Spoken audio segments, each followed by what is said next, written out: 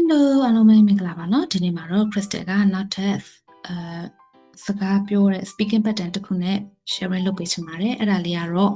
ဘာလေးလဲဆိုတော့ even after ပေါ့เนาะ even after ဒီ speaking pattern လေးကို Crystal တို့က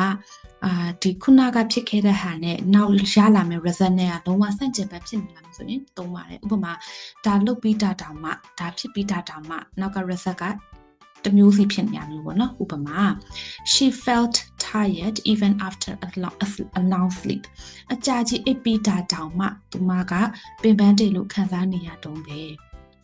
even after eating a big meal he wanted a snack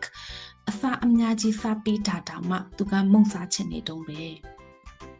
even after all these years I still miss my old hometown